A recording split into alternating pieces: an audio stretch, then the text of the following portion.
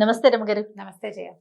రమగారు, ఇవాళ నాకు ఎలాంటి స్టోరీ కావాలంటే, ఈ జన్మ ఇది అయిపోయింది, మళ్ళీ నెక్స్ట్ జన్మ పునర్జన్మలు దెయ్యాలు భూతాలు ఉండాలి కానీ ఎక్కువ ఉండకూడదు.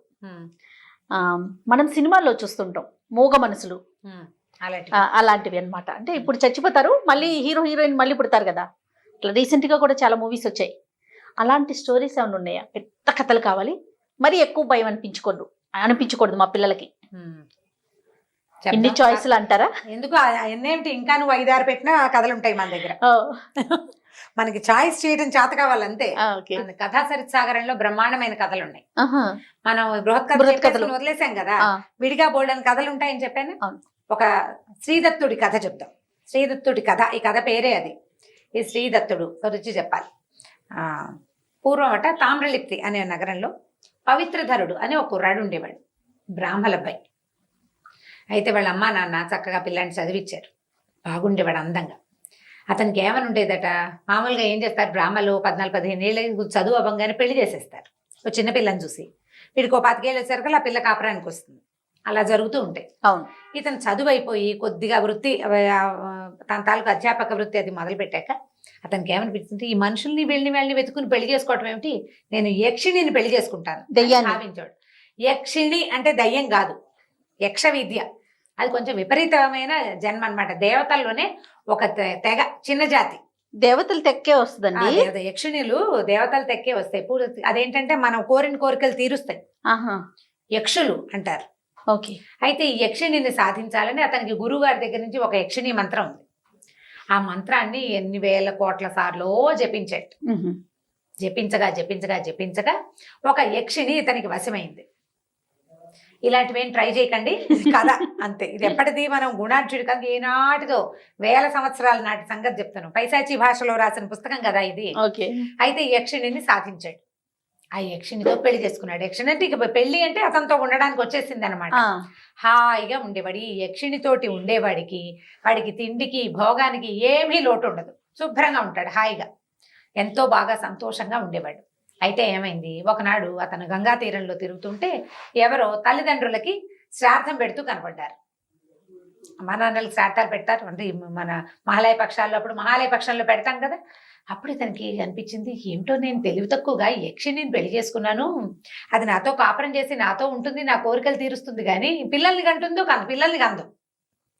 పిల్లలు ఎలా కలుగుతారు? మానవ కాంతతో అయితే పిల్లలు కలుగుతారు. ఇప్పుడు సంతానం లేకపోతే రేపొద్దున నేను పోయాక లేదా నేను ఉండగానే నాకు తద్దినం పెట్టాలి కదా.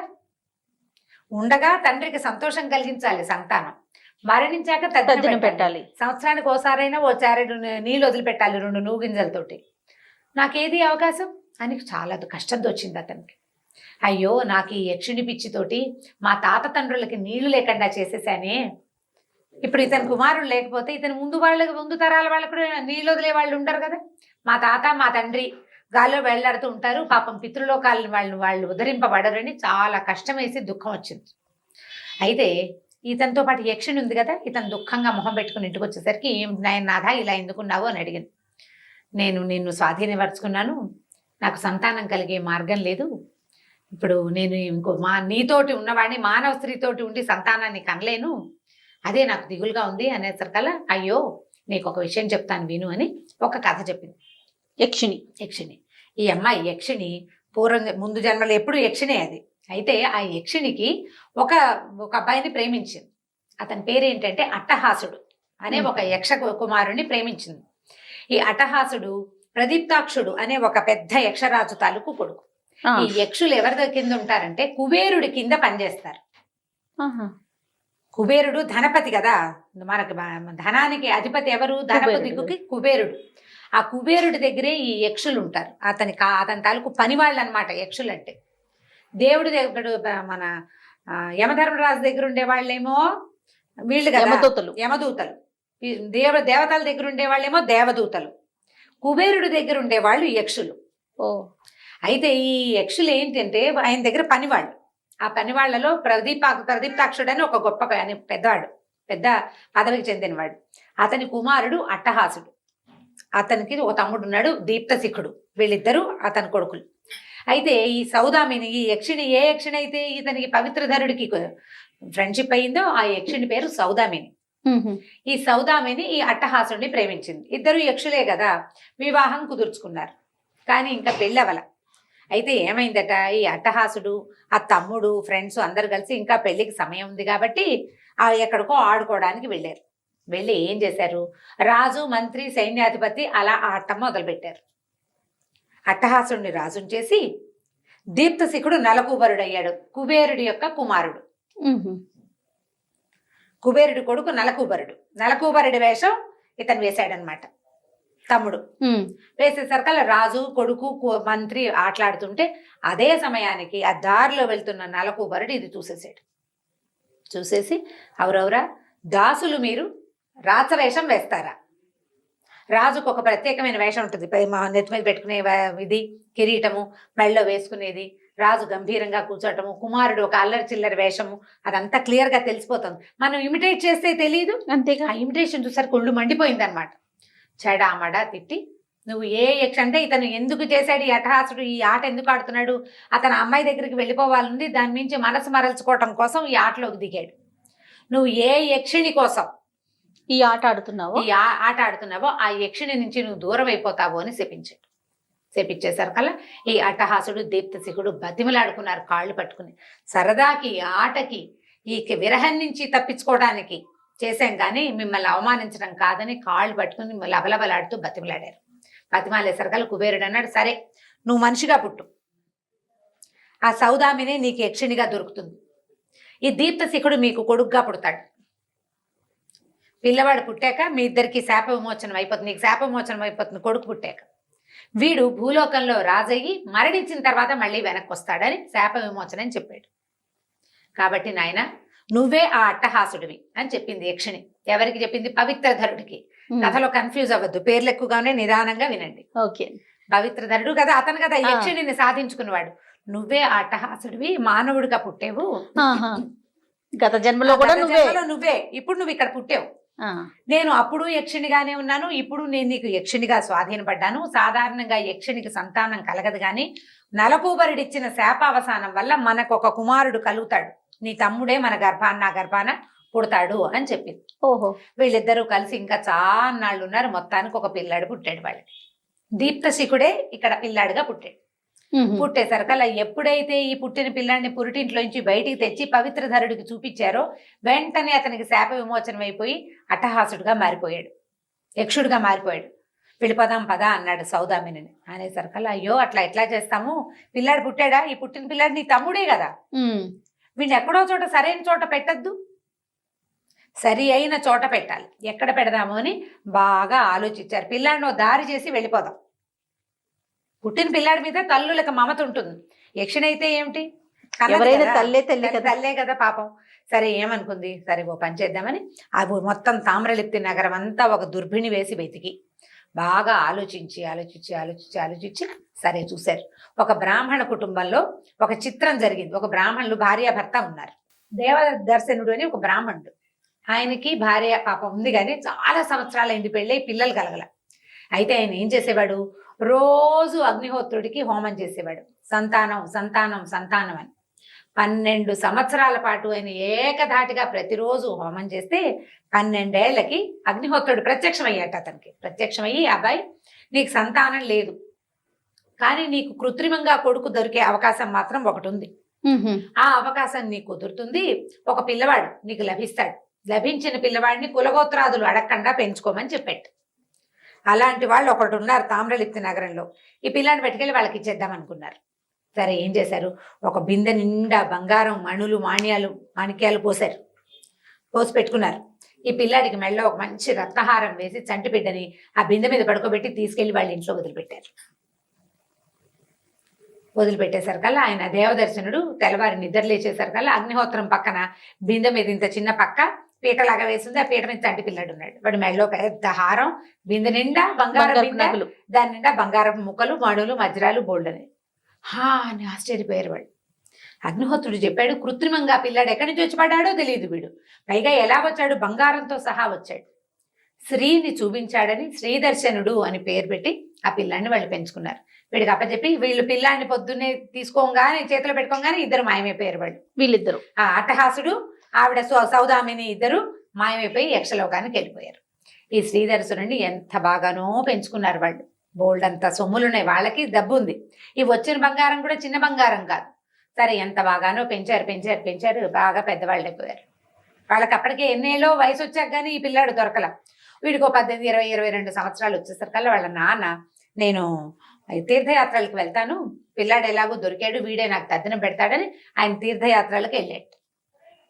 వెళ్ళిన తర్వాత కొంతకాలానికి అక్కడి నుంచి కబురు వచ్చింది ఆయన ఇక్కడ మరణించాడు. అయ్యో. మరి ఇంకా పాప మరణించాడు. పెద్దవాడు తీర్థయాత్రలకు వెళ్ళిన వాళ్ళు వెనక్కి వస్తారు. ఈ లోపల ఈ వార్త తెలిసేసరికల్లా తల్లి ఏం చేసిందట, నాయన నేను అగ్నిప్రవేశం చేస్తాను, మీ నాన్నతో పాటే సహగమనం చేయాలనుకున్నాను, ఆయన అక్కడ వెళ్ళిపోయాడని కబురు వచ్చింది కదా అని ఆవిడేమో అగ్నిప్రవేశం చేసేసింది. అమ్మ నాన్న ఇద్దరు వెళ్ళిపోయారు. కన్న వాళ్ళిద్దరు ముందే మాయమయ్యారు, పెంచిన వాళ్ళిద్దరు ఇప్పుడు మాయమయ్యారు. ఈ శ్రీదర్శనుడు ఏమీ తోచక ఇంట్లో ఎవరు తోడు లేరు, ఒక్కడే పిల్లాడు కదా, అట్లా పోయి ఇట్లా పోయి బయటికి వెళ్ళి ఒక మెల్లిగా ఒక జూదశాలకి అలవాటు పడ్డాడు. ఓ గ్యాంబ్లింగ్ ఏదో చాలా అటహాసంగా జనాలు చాలా మంది ఉంటారు, హడావిడిగా ఉంటుంది, కాసేపు ఆడతాడు, డబ్బులు పోతాయి, ఏముంది ఇంట్లో లేవు, మళ్ళీ వెనక్కి వెళ్ళి తెచ్చుకుంటాడు శుభ్రంగా. తేను పడేను మొత్తానికి మొత్తం ఉన్నదంతా అవగొట్టేశాడు. ఇల్లు మాత్రం ఉంది. ఈ క్యాష్ గా, నాణేలుగా, వస్తువులుగా, బంగారంగా ఉన్న సమస్తమైనవి వెళ్ళిపోయినాయి. వెళ్ళిపోతే ఏమైంది, కొన్ని రోజులు అయిపోయాక కొద్దిగా ఉన్న డబ్బుతోటే జూదశాలలోనే ఉన్నాడు. ఒకనాడు అతను గుర్తించాడు, మా దగ్గర ఇంకేమీ లేవు, ఇంటికి వెళ్ళి తేవడానికి ఏమీ లేదు అని. జూదశాలలో నుంచి బయటకు వెళ్ళటానికి చిరాకు వచ్చింది. 3-4 రోజులు అక్కడే ఉన్నాడు. బట్టలు కూడా మురిగ్గా ఉన్నాయి, బట్టలు కొనుక్కునేందుకు లేదు. ఈ మధ్యకాలంలో ఎప్పుడూ అతను ఏమీ కొనలా, ఇంట్లో ఉన్న బట్టలే కట్టుకుంటూ ఉండేవాడు. స్పృహ వచ్చింది అనమాట. అంతా పోయాక స్పృహ వచ్చింది. జనరల్ గా జూదగాళ్ళకి ఎలా ఉంటుంది, మొత్తం పోయాక ఎక్కడైనా ₹1 దొరికితే ఈసారి ₹10 లాగేయాలనిపిస్తూ ఉంటుంది. వీడికి అది కలగల. ఇదేమిటి, నేను ఇంత పని చేశాను, నేను మా ఇంత గొప్ప కుటుంబంలో పుట్టాను, మా నాన్న ఎంత గొప్ప కర్మిష్టి, ఎంత బాగా హోమాలు యాగాలు చేసేవాడు, మా అమ్మ సహగమనం చేసినంత అత్యద్భుతమైన పతివ్రత, నేనేమో ఇల్లు తప్పిస్తే ఏమీ మిగుల్చుకోకుండా ఇక్కడే ఉండిపోయానని బయటికి వెళ్ళకుండా ఎవరైనా భోజనం చేద్దాం రా అంటే సిగ్గుపడి వాళ్ళతో తిండికి కూడా వెళ్ళాల. ₹1 కూడా లేదు అతని దగ్గర. ఒట్టిగా తినద్దు, యాచన చేయాలి, అది ఇష్టం లేదు. దానం తీసుకోవాలి, అది ఇష్టం. ఇంత గొప్పవాడిని నేనేం దానం తీసుకుంటా. 2-3 రోజుల పాటు ఆహారం లేకుండా ఉండిపోయాడు. ఉండిపోయేసరికి ఆట లేదు, ఏందో మూల కూర్చుని ఉంటున్నాడు బల్ల మీద. అక్కడ ఈ రోజు ఈ గేమ్స్ ఈ ఆడడానికి, జూదం ఆడడానికి ముఖరకుడు అని ఒకడు వచ్చేవాడు. వాడి పేరే ముఖరకుడు. వాడు, ఏమిటైనా ఎందుకు ఇక్కడే ఉండిపోతున్నావు, ఎందుకు ఇంత బాధపడతావు, మేము భోజనానికి మేము పిలుస్తున్నాం కదా, ఇదివరకు ఎన్నిసార్లు కలిసి తిన్నాము, ఇప్పుడు నువ్వు మాతో తినచ్చు, ఇంటికి వెళ్ళి ఏదైనా వ్యాపారం ఏదైనా చూసుకుంటూ కానీ అని బతిమలాడినా సిగ్గుపడి, వద్దు నాకు చాలా సిగ్గుగా ఉంది, అసలు బయటకు వెళ్ళాలంటే ఈ బట్టలతోటి వెళ్ళాలన్నా కూడా నాకు చాలా సిగ్గుగా ఉంది, ఇలాగే కూర్చుని మరణిస్తానని చెప్పాడు. చెప్పేసరికల్లా ముఖరకుడు బాగా బతిమలాడాడు, అట్లా చేయొద్దు, ఎంతమందో రాజులు ఇలా పోగొట్టుకున్న వాళ్ళు మళ్ళీ బతుకుతున్నారు, బాగానే ఉంటున్నారు, అయినా చీకటి పడ్డాక ఈ ఊళ్ళో నుంచి వెళ్ళిపోదు కానీ, నీకు ఈ ఊళ్ళో ఇక ఉండటం ఇష్టం లేదు, ఏమంటారు చుట్టుపక్కల జనాలు ఏదైనా పని చేయబోతే నాన్న ఇచ్చిన ఆస్తంతా తగలబెట్టాడు, ఇప్పుడు రోడ్ల మీద పడ్డాడు అని అంటారు. అంతేగా. అయితే ఓ పని చెయ్యి, ఇక్కడ నుంచి అవతల మాళవ దేశం ఉంది, ఆ మాళవ దేశపు రాజు జూదంలో ఓడిపోయి బాగా డబ్బు పోగొట్టుకుని తర్వాత బుద్ధి తెచ్చుకుని ఆయన రాజ్యం చేసుకుంటున్నాడు. కానీ ఆయన ఏం చేసేట, ఈ మహామహా జూదగాళ్ల కోసం ఒక పెద్ద మఠం కట్టేట. ఎక్కడెక్కడ జూదంలో ఓడిపోయిన వాళ్ళు చివరికి అక్కడ చేరిపోతారు. జూదగాళ్ళకి మఠం, వాళ్ళకి తిండికి లోటు లేదు, డబ్బులుండవు, ఆహారము బట్టలు వస్తాయి, వీళ్ళు అక్కడ ఉండొచ్చు, జూదం ఆడుకోవచ్చు, డబ్బులు లేకుండా ఆడుకోవచ్చు. అది ఉంది జూదగాళ్ళ మఠం, పోయి అందులో చేరదు గాని, పోనీ అక్కడ ఉంది కానీ నీకు దానం తీసుకోవడం ఇష్టం లేదు, ఇది తీసుకోవడం ఇష్టం లేదు. అక్కడ ఆ జూదగాళ్లే నడుపుకుంటారు ఆ శాలని, వాళ్లే వండుకుంటారు, వాళ్లే బట్టలు ఉతుకుంటారు, వాళ్లే కట్టలు కొట్టుకుంటారు, వాళ్ళకి సామాగ్రి అంతా వస్తుంది, రాజుగారు పంపిస్తారు. అక్కడికి వెళ్ళిపోదాం, నేను కూడా వస్తాను, నేను అక్కడ దింపుతాను నేను అని చెప్పి బతిమలాడి అన్నం పెట్టించేసాడు. ఈ పూటకి తిను, మనం వెళ్ళిపోదాం అని చెప్పి భోజనం పెట్టించేసాడు. తిన్నారు. తిన్న తర్వాత ఏం చేశారు, రాత్రి చీకటి మాటన నడుచుకుంటూ బయలుదేరారు. ఆ రోజుల్లో ఏమున్నాయి సాధనాలు, డబ్బులు ఉన్న వాళ్ళైతే ఓ గుర్ర బండి కట్టించుకునేవాళ్ళు, లేదా ఓ ఎడ్ల బండి కట్టించుకునేవాళ్ళు. సాధారణులంతా నడిచి వెళ్ళటమే, కాలినడకే. ఏదైనా ఓ ఊరు వస్తే అక్కడ ఆగుతారు. రాత్రిళ్ళు ప్రయాణాలు లేవు, లైట్లు లేవు కదా. సాయంకాలం అయ్యేసరికి ఏదో ఒక ఊరు చేరటం, అక్కడ ఏదైనా తిండో తిప్పలో అవకాశం ఉంటే వండుకు తింటాం, లేదా ఎవరైనా పూటకోళ్ళ సత్రాలు దొరికితే, ఇళ్ళుంటే పూటకోళ్ళు అంటే డబ్బు. రాజులు నిర్మించిన సత్రాలు ఉండేవి, అడవుల్లో సత్రాలు ఉండేవి, ధర్మశాలలు. ఇక్కడ కూడా ధర్మశాలలు ఉన్నాయి కదా. అవునండి, అవును. అలా ఏదో ఒక శాలల్లో చక్కగా అక్కడ ఉండి భోజనం చేయడం, ఆ రాత్రి పడుకోవడం, పొద్దున లేచి మళ్ళీ పట్టో అని ప్రయాణం.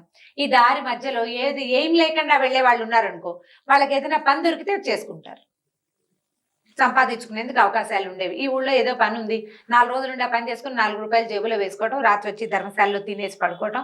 అప్పుడు మనలాంటి తిండి కూడా ఉండేవి కాదు జయ, 2 పూట్ల తినేవారు, పగలు రాత్రి 2 సార్లే. మధ్యలో ఆహారం సాధారణంగా అవసరం ఉండేదే కాదు. ఏదో ఒకటి నోట్లో వేసుకోవడం, 2 గంటలకి 3 గంటలకి తినటం, ఇలాంటివి లేవు, ఏమీ లేవు. పైగా డయాబెటీస్ అవి ఉండేవి కాదు, ఎందుకంటే అమిత నడకలు కదా. కానీ తృప్తిగా తినేవాళ్ళేమో రమ్మగారు, తినేసేవాళ్ళు. తిన్నాక ఇంకా మళ్ళీ లేదు, ఆకలి లేదు. ఇప్పుడు కూడా మనం పొద్దున్నే హెవీగా 10 గంటలకు అన్నం తినేస్తే సాయంత్రం 5 దాకా ఆకలేదు. అవును, చాలా మంచి అలవాటు. 5-6 గంటలకి మళ్ళీ తిన్నామంటే ఇక తెల్లారేదాకా మాట్లాడే పని లేదు. చాలా మంచి అలవాటు. మధ్యలో స్నాకింగ్, మంచింగ్, గించింగ్ ఏమి నథింగ్ డూయింగ్. సరే వీళ్ళేం వెళ్తున్నారు. ఇప్పుడు ఏ డబ్బులు లేకుండా ఇలాగా రోడ్ల మీద పడి పక్క ఊరు కోసం ప్రయాణం అవుతున్న వీళ్ళని చూసేసరికల్లా ఈ యక్షుడు భార్యాభర్త ఇద్దరు ఉన్నారు కదా, ఎవరైతే ఈ పిల్లాన్ని ఇక్కడ ఉంచారో అట్టహాసుడు సౌదామిని, వాళ్ళేమో అసలైన తల్లిదండ్రులు, అయ్యో వీడేమిటి రాజు అవుతాడని మనం వదిలి పెడితే వీడు రోడ్ల మీద పడి తిరుగుతున్నాడు, రాజు అవ్వాలంటే వీడి దగ్గర డబ్బో దశకమో ఏదో ఉండొద్దు. అందుకని ఏం చేశారు, పైనుంచి ఒక కనపడకుండా, అబ్బాయి శ్రీదత్తుడా, నువ్వు మీ ఇంట్లో మీ అమ్మ బంగారం దాచిపెట్టింది, మీ ఇంట్లో వెతుకు నీకు దొరుకుతుంది అని సౌండ్ వినపడింది. ఆకాశవాణి వినపడేసరికి వెనక్కి వెళ్ళాడు. వెనక్కి ముఖరకుడు వీడు ఇద్దరు కలిసి వెనక్కి తమ ఇంట్లో వాళ్ళు చెప్పిన ప్లాన్ ప్రకారం ఏంటంటే దేవతా గృహం ఎక్కడుందో దాని కింద దేవతా గృహం జరిపి తవ్వి చూస్తే వాళ్ళ అమ్మ అంటే ఈ పిల్లాడి పెంపుడు తల్లి నగలు అవి దాచిపెట్టుకున్నారు. పూర్వకాలం అలా చేసేవాళ్ళు కదా, ఆ దాచిపెట్టుకున్న నగలు తవ్వుకున్నారు వీళ్ళు. అమ్మయ్య మనకి డబ్బులున్నాయి, ఇంకా భయం లేదు, ఈ ఊళ్ళో ఎందుకు ఉండాలి, మనం ఎలాగో మాలవ దేశం వెళ్ళదలుచుకున్నాం, అక్కడికి వెళ్ళి బతుకుతాం ఈ డబ్బులు పెట్టుకుని, ఈ నగలు పెట్టుకుని. ఈ నగలన్నీ మూట కట్టుకుని ఈ ముఖరకుడు శ్రీదత్తుడు ఇద్దరు బయలుదేరారు. ఈ నడిచి వెళ్తూ వాళ్ళు ఈ ఒక పల్లెటూరు చేరారనమాట. ఈ పల్లెటూరులో కూర్చున్నారు. కూర్చునేసరికి ఈ ఒక అమ్మాయి వస్తుంది దూరం నుంచి. ఎలా వచ్చే ముందంటే అది ఒక అడవి పక్కనే ఊరు, ఒక పెద్ద చెరువు ఉంది. ఆ చెరువు దగ్గర ఆగారు. 3:30-4 గంటలు అయింది సమయం. ఈ రాత్రికి ఇక్కడే ఉండిపోదాము, ఏమైనా తిండి దొరుకుతుందేమో చూద్దాం, కాసేపు ఈ చెరువు బాగా నడిచి వచ్చాక ఏముంది, చెరువులో కాళ్ళు కడుక్కుని కాస్త మంచినీళ్ళ దాకా మొహం కడుక్కుంటే ఒక అరగంట రిలాక్స్ అయ్యి ఊళ్ళోకి వెళ్ళి సాయంకాలం తిండి ఏదైనా దొరికింది అనుకో తినేసి పడుకోవచ్చు, రేపొద్దున మళ్ళీ బయలుదేరచ్చు, ఏదైనా బండి దొరుకుతుందేమో ఈ ఊళ్ళో చూద్దాం అనుకున్నారు. అయితే దూరం నుంచి ఒక పిల్ల నడిచొస్తూ కనపడింది వీళ్ళకి. మహా అందమైన అమ్మాయి, కొంచెం సామంతాయిగా ఉంది, ఒక రంగు తక్కువ అమ్మాయి అన్నమాట. ఆ వస్తూ వీళ్ళని చూసేసరికల్లా, ఈ శ్రీ దర్శనుడిని చూసేసరికల్లా, అదే శ్రీదత్తుడు దర్శనుడు అటు ఇటు మారుస్తున్నాను పేర్లు నేను, అంతే అదే పేరు శ్రీదత్తుడు అనే జ్ఞాపకం నాకు. అయితే ఈ అబ్బాయిని చూసేసరికల్లా అమ్మాయి మైమర్చిపోయింది, ఎంత బాగున్నాడు అబ్బాయి అనుకుంది. ఒకళ్ళనొకళ్ళు మొహాలు చూసుకున్నారు. ఏమండి ఎందుకు ఇక్కడ కూర్చున్నారు అని అడిగింది.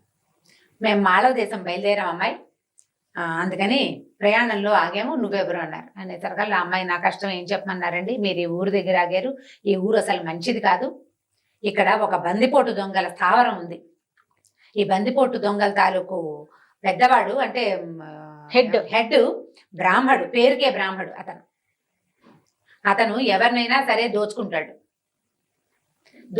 ఎవరి దగ్గర నుంచి దోచుకుంటాడో వాళ్ళని చంపేస్తాడు, అతని నియమం అది, వదిలిపెట్టాడు, దోచుకుని వదిలేడు, చంపేస్తాడు. బందిపోటు దొంగలు చంపేస్తారు, మన కథల్లో కూడా అలాంటివే కనపడతాయి.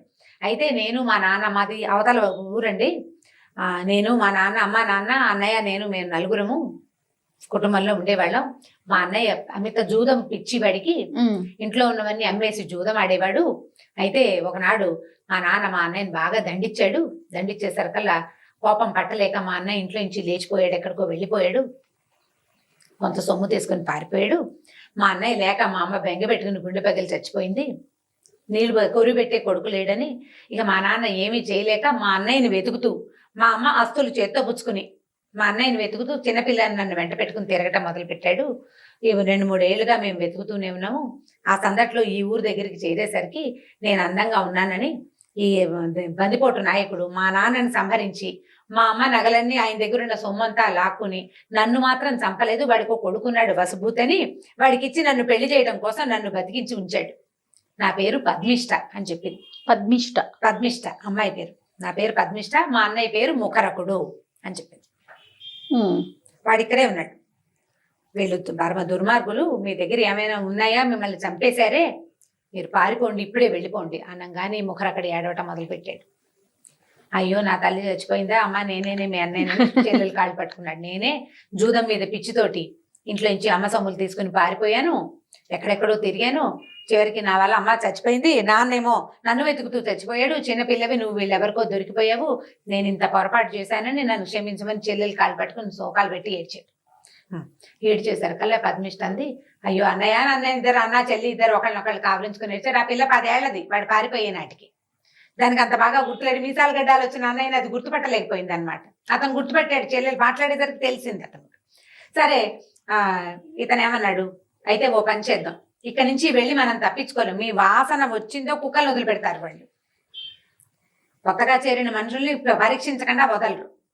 అయితే ఓ పని చేద్దాము, ఎలాగైనా అంటే మన డబ్బు ఇచ్చేసి తప్పించుకుందాం, మన దగ్గర నగలు ఇచ్చేద్దాం, కానీ ప్రాణాలతో ఉండాలి, ఆ మార్గాన్ని ఆలోచిద్దాం. మన దగ్గర వాళ్ళు డబ్బులు తీసుకోవాలి, మనల్ని చంపకూడదు, ఏం చెయ్యాలి అని ఆలోచించి ఒక గొప్ప ప్లాన్ వేశారు వీళ్ళు. ఆ ప్లాన్ ఆఫ్ యాక్షన్ ని ఇంప్లిమెంట్ చేయడానికి ఈ పద్మిష్టనే వాడుకున్నారనమాట. ఇతను ఈ రాజు ఈ అబ్బాయి ఉన్నాడు కదా శ్రీదత్తుడు, ఒక మూర్ఛ రోగిలాగా పడుకుండిపోయాడు. ఈ ముఖర్ అక్కడేమో ఏడవటం మొదలుపెట్టాడు పక్కన కూర్చొని. ఈ పద్మిష్ట చెరువులో నీళ్లు బిందె ముంచుకుని తీసుకుపోయి ఊళ్ళోకి వెళ్ళింది. వెళ్ళి అక్కడ ఎవరో ఒక మూర్ఛ వ్యాధో వచ్చిన ఒక ఆయన పడిపోయి ఉన్నాడు, పక్కన ఇంకొక ఆయన ఉన్నాడు ఏడుస్తున్నాడు. వాళ్ళు ఎవరో చూసిరండి అని ఊళ్ళో ఉప్పందించింది. వాళ్ళు పరిగెత్తుకుంటూ వచ్చారు.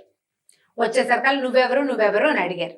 ఈయన మా అన్నయ్య అండి, మేమేమో తీర్థయాత్రలకు బయలుదేరాము, ఈయనకి ఇక్కడికి వచ్చేసరికల్లా ముంచుకొచ్చేసింది, దర్భలు పరిచి నేను చచ్చిపోతున్నాను అన్నాడు, దర్భలు పరిచి పడుకోబెట్టానండి, మా అన్నయ్య పోతే నాకు దిక్కెవరండి, మా అన్నయ్య ఏమో ఇప్పుడు సంధి మాటలు మాట్లాడుతున్నాడండి, నాకు సహాయం చేయండి అన్నాడు. ఏం మాట్లాడుతున్నాడు అంటే, మా అన్నయ్య దగ్గర బోల్డ్ బంగారం ఉందండి, ఎవరికైనా సరే ఒక సద్బ్రాహ్మడికి దానం చేసి చచ్చిపోతానంటున్నాడు, ప్రాణం పోయే స్థితిలో ఉన్నాడు. ఆ పడుకున్న వాడేమో గుడ్లు తేలేస్తాడు, చేతులు పక్కకు పెట్టేస్తాడు, ఏముంది శవంలా పడుకోవడం సులువు, శవం అవడం కష్టం.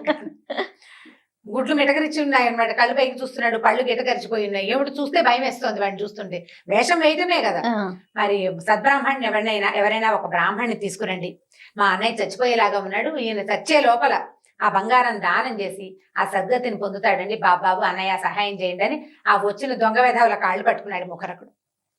పట్టుకునేసరికి వాళ్ళు ఏమనుకున్నారు, ఎలాగూ మన రాజుగారు వచ్చాడంటే, వాళ్ళ బందిపోటు దొంగ హెడ్ వచ్చాడంటే గ్యారంటీగా డబ్బులు వీళ్ళ దగ్గర నగలున్నాయి వెతికి సోదా చేసి తీసేసుకుంటాడు.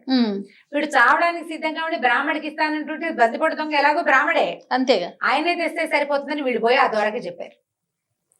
నువ్వు చంపి తీసుకుంటావు, చచ్చేందుకు సిద్ధంగా ఉన్నవాడు ఇచ్చేందుకు రెడీగా ఉన్నాడు ఇప్పుడు, కాబట్టి బాగుంది కదా మార్గం, కాబట్టి అదేదో నువ్వే తీసుకో, ఏదో ఒక మంత్రం చెప్పి, లేదా ఆ పక్కన ఉన్న వాడే చెప్తాడు మంత్రం, ఆ నీళ్లు పోయించుకుని ఆ నగలు తీసేసుకుంటే ఎలాగో వాడి దారిని వాడే పోతాడు అనేసరికి అతను అన్నాడు, అలా ఎలా కుదురుతుంది, మనం ఎవరి దగ్గర నుంచి అయినా పరిగ్రహం తీసుకున్నామా వాడిని చంపి తీరాలి, అదే కదా మన నియమం అంటే, వాడు ఎలాగూ చచ్చిపోతాడండి, ఆ రెండో వాడు బక్కగానే ఉన్నాడు, 4 రోజుల పైగా వాడు పోతాడు, ఎక్కువ రోజులు నడిచి ఉండలేడు వాడు, ఈ అన్నయ్య లేకుండా వాడు ఏం బతుకుంటాడు, లేదా 2 రోజులు చూద్దాం, పోలేదు అనుకో మనమే చంపేద్దాం, దానం తీసుకుంటే సరిపోతుంది కదా. సరే బాగానే ఉంది. ఇప్పుడు దొంగ ఈ శ్రీదత్తుడి దగ్గర నుంచి దానం తీసుకోవడానికి వచ్చాడు.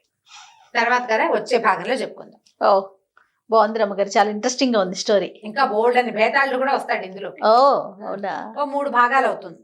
ఎక్కడి దాకా వచ్చారు, దొంగలకి బంగారం దానం చేద్దాం అనుకున్నాడు. ఎలా వేశాడు, ఏదో జబ్బు చేసిన వాడి లాంటి వేషం వేసేసాడు. సరే ఆ దొంగల నాయకుడు వచ్చాడు. దొంగల నాయకుడు వచ్చి చూస్తే ఒక స్పృహ లేని స్థితిలో, ఓపిక లేని ఒక వాడు పడిపోయి ఉన్నాడు, చచ్చేలాగా ఉన్నాడు. సరే అతనికి ఏం చేశారు వీళ్ళు, ఈ ముఖరకుడు సాంగంగా చక్కగా ఈ శ్రీదర్శనుడి తల్లి బంగారం తెచ్చుకున్నారు కదా, పెంచిన తల్లి తాలూకు బంగారం అంతా తెచ్చారు, బంగారం దానం చేశారు. వీళ్ళ దగ్గర ఏం లేదు, ఇంకా ఆ బంగారాన్ని చక్కగా దానం చేయించి వాళ్ళు దొంగలంతా ఇంటికి వెళ్ళిపోయారు. హాయిగా సంతోషించారు, ఎలాగో వీడు రేపొద్దున చచ్చిపోతాడు, అసలు హత్య చేయకుండా మనకు బంగారం వచ్చేసిందని సంతోషించి వెళ్ళిపోయారు. ఈ పద్మిష్ట ఏం చేసింది, దొంగలంతా పడుకోగానే చల్లగా చీకటి మటను మళ్ళీ అన్నయ్య దగ్గరికి, ముఖరకుడు ఇతను ఉన్నారు శ్రీదర్శనుడు ఉన్న చెరువు దగ్గరికి వచ్చేసింది. ముగ్గురు రాత్రికి రాత్రి చీకటి పడంగానే దొంగలు పడుకోగానే ఈ పిల్ల, అప్పట్లో ఏంటంటే 11 దాకా మెలకుగా ఉండేవాళ్ళు కాదు, కాసేపట్లో నిద్రపోయేవాళ్ళు. ఈ పిల్లకి ఇంకా పెళ్ళి అవ్వలేదుగా, దాని గదిలో అది పడుకుంటుంది, వీళ్ళ దారిని వీళ్ళు పడుకుంటారు. చల్లగా కొద్దిగా చేతికి అందిన 2 జతలు బట్టలు పుచ్చుకుని అమ్మాయి కాస్త వచ్చేసి వీళ్ళు ముగ్గురు కలిసి రాత్రి తెల్లవార్లు నడిచి ఎక్కడికో నడుచుకుంటూ వెళ్ళిపోయారు. ఏ వైపుకి వెళ్తే మాళవ రాజ్యం వస్తుందో ఆ దిక్కు తెలుసు వాళ్ళకి. ఇక నడుస్తూ ఉంటే మధ్యదారి సింహాలు, ఎలుగుబంట్లు, పులులు, ఎంత ప్రచండంగా ఉందో అడవి. ఆగితే దొంగలు పట్టేస్తారు, ఆగకూడదు, చస్తే చచ్చాం ఏదైనా సరే అని చెప్పి ఇక అట్లా నడుచుకుంటూ వెళ్ళిపోయారు. వెళ్ళిపోతే మర్నాడు బాగా ఈ అడవంతా దాటేసి ఇంకా వాళ్ళకి మనం చిక్కము అని నిశ్చయించుకునేదాకా నడిచారు. మర్నాడు ఏదో అడవిలో అక్కడ ఇక్కడ కాయ కసరు తిన్నారు. ఆ రోజు సాయంత్రం దాకా నడిచారు. ఎంత నడిస్తే మాత్రం అడవులు తరుగుతాయి, ఏదో నీళ్లు కనపడే చోట కాసిన మంచినీళ్ళు తాగటం, ఏదైనా చిన్న 2 పళ్ళో కాయలో దుంపలో ఏమైనా కనపడితే అవి పీక్కుని తింటాం, నడవటం. బ్రాహ్మలు వీళ్ళు ఏదైనా జంతువుని కాల్చుకుని తినే రకాలు కావు, ఏవో పీక్కుని తినాలి వాటిని వీటిని. ఆ రోజు రాత్రికి, అంటే ఈ రోజు రాత్రి బయలుదేరారు, మర్నాడు రాత్రి ఒక చీకటి పడేసరికి ఒక చోటికి చేరారు వీళ్ళు. అడవిలో దూరంగా ఏదో మండుతున్నట్టు కనపడుతోంది. మండుతుంటాడు కనిపించేసరికల్లా ఈ శ్రీదర్శనుడు అన్నాడు, వీళ్ళిద్దరూ కొంచెం ఓపిక తక్కువ వాళ్ళు. ఈ శ్రీదర్శనుడు పెంపుడు తండ్రి దగ్గర ఉన్నప్పుడు శాస్త్ర విద్యలతో పాటు అస్త్ర విద్యలు కూడా నేర్చుకున్నాడు. అతనికి అస్త్రం శస్త్రం వాడడం, కత్తి డాలు అన్నీ బాగా వచ్చు, బాగా నేర్చుకున్నాడు పిల్లాడు. పైగా ఈ యక్షుడి పుటక కదా, దానివల్ల అతనికి సహజంగానే కొంత ప్రతాపం, శౌర్యం ఉన్నాయి. ఏమన్నాడు, అన్నా చెల్లి మీరిద్దరూ రెస్ట్ తీసుకోండి కాసేపు, నేను పోయి అక్కడ ఏదైనా ఉందేమో, ఏదైనా ఊరుందా, ఏదైనా నెగ్గడు మండుతుందేమో చూసొస్తానన్నాడు. తీరా దగ్గరికి వెళ్ళేసరికల్లా అదొక రత్న మండపం, రత్నాలతో చేసిన ఒక పెద్ద బిల్డింగ్ లాంటిది ఉందన్నమాట, పెద్ద మండపం లాగా ఉంది. అక్కడ ఒక యక్షిణి, ఒక ఆవిడ కాళ్ళు చాపుకుని పడుకున్నది, ఒక హంసతూలిక తల్పం మీద పడుకుంది. ఇట్లా ఒక పక్కకి తల కింద చేయి పెట్టుకుని ఏదో ఎవరో పాటలు నాట్యం చేస్తుంటే అవి చూస్తోంది. ఆవిడికి బోళ్ళంతమంది యక్షులు అక్కడ సేవిస్తున్నారు. యక్షులు అంటే ఇదేంటంటే జాతి ఒక రకమైన భూతాల లాంటివి అనమాట. ఇవి శవాలని తినే రకాల లక్షణాలు ఉంటాయి వాటిల్లో. రాత్రిపూట వాటికి అవి వస్తాయి. వచ్చేసరికల్లా వాళ్ళంతా ఏం చేశారు, చుట్టుపక్కల దాసదాసి జనం ఉన్నారు, వాళ్ళంతా ఎక్కడెక్కడి నుంచో బోల్డంతా ఆహారం తెచ్చి ఆవిడ ముందు కుప్పగా పోశారు. వాళ్ళు గ్లాసుల్లో ద్రాక్షాసమం లాంటిది పోసిస్తే తాగుతోంది. కొంతమంది నాట్యాలు చేస్తున్నారు. దగ్గరికి వెళ్ళి చూసరికి తనకి తెలిసింది. ఏమనుకున్నాడు, కత్తి చేత్తో పుచ్చుకెళ్ళాడు. అక్కడ దాకా వెళ్ళాక ఆవిడ దగ్గర సరాసరి నడుచుకుంటూ వెళ్ళిపోయాడు. ఏమమ్మా, నీ అతిథిని నేను, అతిథికి భాగం ఇవ్వాలి, ఆహారం ఉంది కదా నీ దగ్గర, నాకు అతిథి భాగాన్ని ఇవ్వు అని అడిగాడు. ఆశ్చర్యపోయింది యక్షిణి. ఇంకోడైతే గుండె పగిలి చచ్చేవాడు, వీటేంటి భాగం అడుగుతున్నాడని, మహాసత్తుడా, నువ్వెంత ధైర్యస్తుడు పోయి, నీ ధైర్యానికి మెచ్చాను, చెప్పు నీకేం కావాలో చెప్పు అన్నది. అనేసరికల్లా ఆహారం కావాలి, నాతో పాటు ఇంకా 2 ఉన్నారు అని చెప్పేసరికల్లా సరే ఆవిడ ఏం చేసింది, అరే ఆహారం మోసుకెళ్ళండి రా ఇతను వెనకాల అని చెప్పింది. ఇతను వెనకాల 2 యక్షులు ఆహార పదార్థాలు తీసుకుని వచ్చారు వీళ్ళ దగ్గరికి. శుభ్రంగా తిండి తిన్నారు వాళ్ళిద్దరు, అన్నా చెల్లి. ఇతను కూడా కూర్చుని అన్నం తిన్నారు. వాళ్ళు వెళ్ళిపోయారు యక్షులు. అప్పుడు ఈ ముఖరకుడు కాళ్ళు పట్టుకున్నాడు ఈ శ్రీదర్శనుడు. మహానుభావుడా, నువ్వు మనిషివి కాదు, ఏదో దేవజన్మవి, జన్మే నీది, నీకు భయం లేదు. నిజానికి 3 రోజుల నాడు నువ్వు జూదశాలలో ఉన్నప్పటి నీ స్థితి ఇవాళ నీ స్థితిలో చాలా తేడా ఉంది. నీకు పైగా మనం వస్తుంటే ఎవడో ఆకాశం నుంచి నీకు మీ అమ్మ బంగారం గురించి చెప్పాడు, నాకు అప్పుడే అనుమానం వచ్చింది, ఎవరో దేవతలు నిన్ను రక్షిస్తున్నారు. నీకు ఇంత ధైర్యం ఉండటానికి కారణం అదే. ఇగో నా చెల్లెలు అతులోక సౌందర్యవతి, ఈ అమ్మాయిని పెళ్లి చేసుకో, నన్ను నీతో అట్టపెట్టుకో, నువ్వు ఏ పని చేయమన్నా ఆ పని చేస్తాను, నీలాంటి వాడి అండన ఉండటమే నాకు కావాలని కాళ్ళు పట్టుకుని ప్రార్థించాడు. ఈయన కూడా సంతోషం వేసింది. అతనికి అమ్మాయి నచ్చింది. ఆ పిల్ల ఇతని మీద కొంచెం మనసు పడే మొదటే చెప్పుకున్నాం కదా. సరే ఏమన్నాడు, ముందు ఇక్కడి నుంచి వెళ్ళిపోదాము, ఏదైనా ఒక సరైన చోటుకి చేరి కాస్త మనకి సంపాదనకి మార్గాలు ఏర్పరచుకున్నాక ఈ పిల్లని నేను పెళ్లి చేసుకుంటాను అని చెప్పాడు. సరే శుభ్రంగా రాత్రి ఆహారం కడుపు నిండా తినేశారు కదా. రేపు మర్నాడు పొద్దున్న లేచి మళ్ళీ నడవడం మొదలుపెట్టి మాళవ రాజ్యంలోకి చేరారు. చేరి ఏం చేశారు, ఒక ముసలి మామగారు ఒక ఆవిడ నడుపుతున్న పూటకేటు ఇంట్లోకి వెళ్ళారు. పూటకోటింటికి లోపలికి వెళ్ళారు. వీళ్ళ దగ్గర ముఖరకుడి దగ్గర కొద్దిగా డబ్బులు కొంచెం ఉన్నాయి, ఎక్కువ లేవు, ఉంది. తర్వాత ఏమో అమ్మాయి పద్మిష్ట దగ్గర కూడా కొద్దిపాటి వరహాలు ఉన్నాయి. సరే అక్కడ ఉండేసరికల్లా ఆవిడ ఏమంది, వీళ్ళని చూడంగానే ఆవిడ గొప్ప సంతోషం వచ్చింది. ఇతను మంచి తేజోవంతంగా కనపడుతున్నాడు, కత్తి గిత్తి ఉంది, పిల్ల సౌందర్యవతిగా పిల్ల, బ్రాహ్మడిగా ఓ 2వ కుర్రాడు కనపడుతుంటే, నాయన నువ్వు చాలా చక్కగా ఉన్నావు, మా ఈ రాజ్యంలో చాలా గొప్ప సమస్యలో ఉంది ఈ రాజ్యం, నువ్వేమైనా చేయగలవా అని అడిగింది. విషయం చెప్పు, చెప్తామన్నారు. ఏం చెప్పింది, ఈ మాళవరాజు శ్రీసేనుడు ఈ శ్రీసేనుడికి ఒక నా భర్తని చాలా గౌరవించేవాడు, ఆయన బతుకున్నన్నాళ్ళు ఆయన్ని బాగా చూసుకున్నాడు, తర్వాత ఆయన మరణించాక కూడా నాకు ఆహారానికి లోటు లేదు, ఆయన పంపిస్తూనే ఉంటాడు. అయితే ఆయనకి ఒక యక్ష్మ వ్యాధి ఒకటి వచ్చింది, విచిత్రమైన వ్యాధి, అది తగ్గటల, మందులకి మంత్రాలకి మాకులకి దేనికి తగ్గల. అయితే ఆయన దగ్గర ఒక మంత్రవాది చేరాడు.